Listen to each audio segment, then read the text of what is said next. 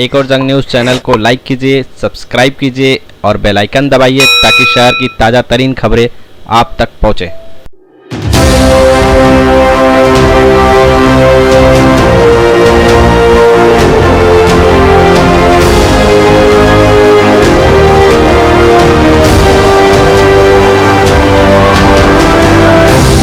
एक और जंग, सच्चाई के लिए हमेशा तत्पर। उल्लासनगर शहर जिला बीजेपी अध्यक्ष जम्मू पुरस्वानी ने आरोप लगाया है कि उल्लासनगर मानपा के स्थायी समिति चुनाव में सांसद श्रीकांत शिंदे के कारण स्थायी समिति चुनाव को बार बार स्थगित किया जा रहा है। बीजेपी के पास स्थायी समिति सदस्यों का संपूर्ण बहुमत होने के बाद भी स्थायी समिति चुनाव नहीं किया जा रहा है, जिससे ये साफ साबित होता है कि शिवसेना के पास बहुमत नहीं होने पर सांसद चुनाव को बार बार स्थगित। आप लोगों को पत्र दिए हैं शासन के जो नगर विकास की तरफ से आए हैं। 22 मार्च को भारतीय जनता पार्टी यहाँ हमारे जो सभागृह है उसमें सभी के जो हैं जो 8 सदस्य नए निर्वाचित हुए और कोकण आयुक्त के पास 16 सदस्यों की यादी गई और चुनाव घोषित हुआ। 15 अप्रैल को चुनाव घोषित हुआ। जब देखा गया कि भारतीय जनता पार्टी के 9 सदस्य एक मत से 7 में हैं और हमारी मेजॉरिटी है, तब उन्होंने 9 अप्रैल को चुनाव को स्थगन दे दिया कि 1 महीने के लिए चुनाव आगे बढ़ा रहे हैं। यह पूर्ण रूप से गलत है। उसके बाद फिर और 1 महीने की बात अलग, लेकिन 6 मई को एक और पत्र भेजा नगर विकास की तरफ से जिसमें कहा गया कि पुराने सदस्य जीवित हो गए और जो पुराना चेयरमैन है वो कामकाज देखेगा। यह पूर्ण रूप से गलत है। जो सदस्य स्थायी समिति का सदस्य ही नहीं है वो चेयरमैन कैसे हो सकता है। मेरा आरोप है कि हमारे कल्याण के खासदार श्रीकांत शिंदे उनके कठपुतली बनकर नगर विकास विभाग कार्य कर रहा है ताकि वो थाने में बैठकर उल्लासनगर महापौर कार्यालय को अपने हाथों से संचालित करें और यहाँ पर भ्रष्टाचार चरम सीमा पर पहुँच जाए और कोई भी टेंडर ना हो। सब के सब जो काम हैं वो अपने लोगों को बिगैर वर्क ऑर्डर के बिगैर टेंडर के 522 में ऐसे ही देते जाएं और 3-4 महीने के बाद जब स्थायी समिति का सभापति बने तो माइती साठी सादर कर दें। इस प्रकार का आरोप मेरा है कि नगर विकास विभाग भी यहाँ के खासदार के द्वारा कठपुतली बनकर काम कर रहा है। नहीं तो इस प्रकार का पत्र दे करके महाराष्ट्र की जनता के साथ धोखा किया गया है।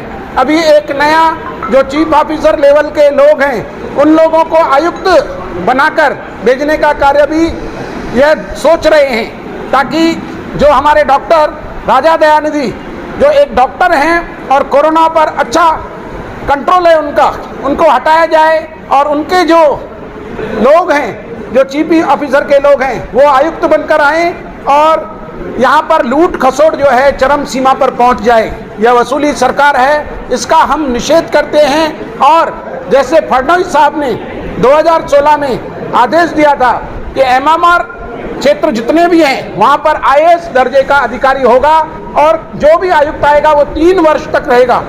डॉक्टर राजा दयानिधि को आके 1 वर्ष भी नहीं हुआ है, लेकिन मीरा भाईंदर हो, कल्याण हो, उल्लासनगर हो या अन्य स्थान हो वहाँ पर इन सबको हटा करके चीफ ऑफिसर लाए जा रहे हैं। मैंने नाम भी बताया, संजय काकड़े से भी सुपारी ली गई है कि आपको उल्लासनगर भेजा जाएगा। 3-4 दिन में आने वाले दिनों में आपको यह नाम मालूम पड़ेगा। जो हमारा भारतीय जनता पार्टी का खुफिया विभाग है उन्होंने यह खोजा है कि ये सुपारीबाजी सरकार है जो सुपारी लेकर पद बांट रही है। तो हमारा विरोध है। चुनाव तुरंत होना चाहिए, चाहे ऑनलाइन पद्धति से हो। 16 सदस्य अपने घरों में बैठकर वोट करेंगे और नया सभापति चुन के आएगा। जो भी कार्य हो टेंडर पद्धति से होने चाहिए। 25 लाख के ऊपर के जो भी कार्य हैं बिगैर स्थायी समिति के नहीं होने चाहिए। सर देखिए ये 2 पत्र आप देख रहे हैं, इसका उदाहरण है। ये इतने गंभीर 25 वर्ष के नगर सेवक के कार्यकाल में नगर विकास विभाग किसी की कठपुतली बनकर सत्ताधारी पक्ष के जो रूलिंग में बैठे 9 लोग उनकी मेजॉरिटी होने के बाद भी उनका चेयरमैन बनने से रोकना, ये सबसे बड़ा उदाहरण है।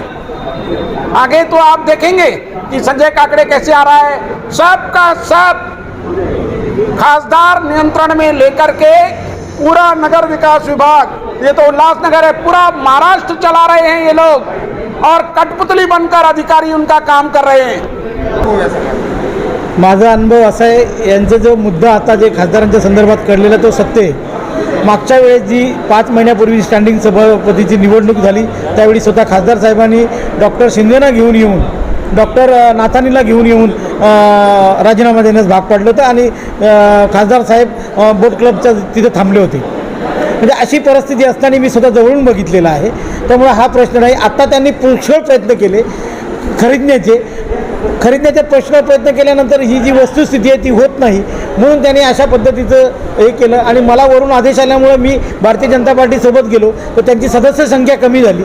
शेळकेंना आता आपले मित्रांनी सांगितली शेळकेंना कोणी उचलून नेलं असेल ते तुमच्या त्यावेळी पेपरमध्ये आलेलं आहे आणि शेळके कुठल्या हॉटेलला किती दिवस होते तेही मला चांगल्या पद्धतीचं माहीत आहे। त्या हॉटेलचा देखरेखचा खर्च कोणी केला ते चांगल्या पद्धतीनं माहीत आहे। शेळके असतील बगाडे असतील यांना कुठे ठेवण्यात आलं होतं, खोपोलीमध्ये रुश्यम नावाचं एक हॉटेल आहे त्या हॉटेलमध्ये त्यांना ठेवण्यात आलं होतं। आता त्यांची संख्या होत नाही म्हणून हा आदेश मागच्या 9 तारखेला काढण्यात आलं आणि 9 तारखेच्या आदेशमध्ये जर त्यांना करायचं असतं तर 9 तारखेच्या आदेशमध्येच त्यांनी जुन्या सभापतींना मुदतवाढ द्यायला पाहिजे होती।